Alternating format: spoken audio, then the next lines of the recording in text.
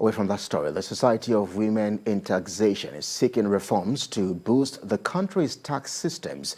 It made this known at its maiden personality lecture with a theme, a roadmap for economic advancement of the Nigerian state, reflection and thoughts.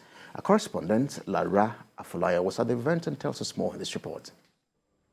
The maiden personality lecture of the Society of Women in Taxation in honor of a distinguished former tax administrator, Ifweku Omoigui Okauru.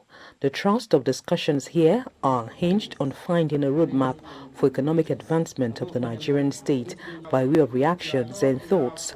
The guest speaker and the Society for Women in Taxation share thoughts on needed political will by the authorities towards changing the taxation narrative in the country. To drive tax reforms in Nigeria or anywhere else successfully, it's not just about the people in the Federal Inland Revenue Service. It has to be an integral part of the philosophy of government. And these are the things as a lender, it's a wholesome effort. We want to educate the public the right tax to pay, so that there will be no issues of double taxation or tax evasion. But at the same time, this improves revenue generation for the government. Despite efforts to broaden the tax net, the tax to GDP ratio in this part of the world remains low, and it is a concern to the participants here who suggest ways of improvement. Many of the citizens don't believe the government. When you give money to government to manage on your behalf, the citizens want to see what they are using the money for. So that is key.